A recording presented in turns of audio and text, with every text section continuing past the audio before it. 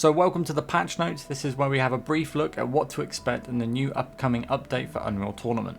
And in this October release, we're bringing back all the Halloween assets from last season, so if you didn't manage to grab all those lovely cosmetics last time, you'll have another world to try and unlock them all on the offline challenges or collecting the pumpkins on CTF Spooky Face. Once your game is fully updated to the new version, your game will automatically run the tutorial section if your account is under 300 experience points. This was implemented to help new players familiarise themselves with the game before jumping in their first online battles, as often new players would leap straight into the action before learning the basic fundamentals. The netcode has had a series of changes in the upcoming update that reduces issues with high packet loss, which should help with how movement and firing feels under packet loss conditions. The only movement change this update is the reduced hop before the slide, so when you're transitioning from the standing position to the sliding one, it's a lot more fluid and less cumbersome. The armor system has had some slight tweaks, removing the helmet entirely and its ability to block a headshot and just replacing it with a small 25 armor instead. This update has seen quite a few radical weapon changes, as well as adding a new weapon to the UT arsenal. The grenade launcher replaces the bio launcher prototype and is very much still a work in progress.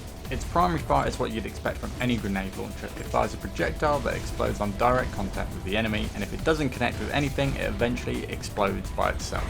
The secondary fire mode can launch up to 5 sticky grenades that can stick to any surface. These nades can also be remotely detonated, making them brilliant for ambush attacks and holding off defensive choke points. And also you can nade jump with them. The more grenades that you stack up, the higher you'll go.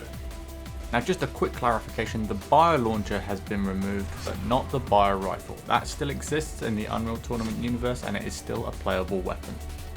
The Translocator has had improvements on telefragging. It's now easier and more consistent to pull off, especially when the enemy walks over a disc.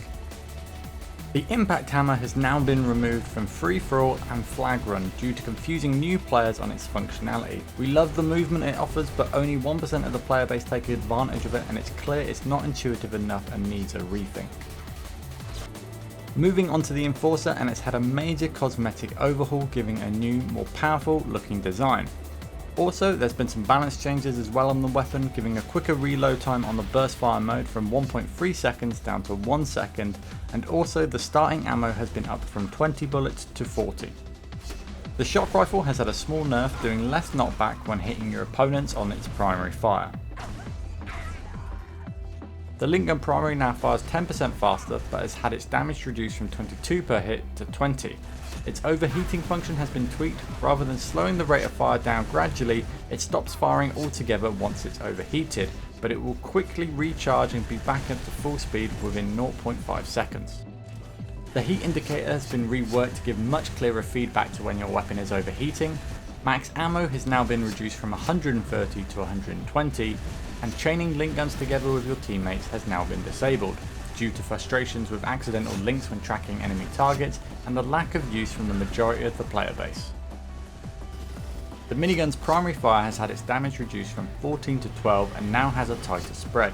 The secondary fire mode has had another redesign. It fires a projectile that explodes on close proximity to your enemy. This small AoE effect does 12 damage per hit and is intended for long range suppression. The flat cannon's secondary fire has an increased initial velocity and increased gravity scaling. This will give a slightly shallower firing arc on the flak shell. The flak shell radius has also been upped slightly from 300 to 330, giving a larger explosion. And the last change on the flat cannon is that the momentum on the flak shards have been increased by 20%. The rocket launcher has now disabled the grenade mode, since the grenade launcher now covers that role. Also, the grace period on stacking rockets has been reduced from 0.75 seconds to 0.6, meaning that once your last rocket is loaded up, you'll have less time to manually release the rockets on your terms. There are a shed load more changes that you can check out on the full patch notes on our blog, or you can check in the YouTube description below to find out all the details on that. And anyways guys, thanks for watching, good luck, have fun out there in the tournament.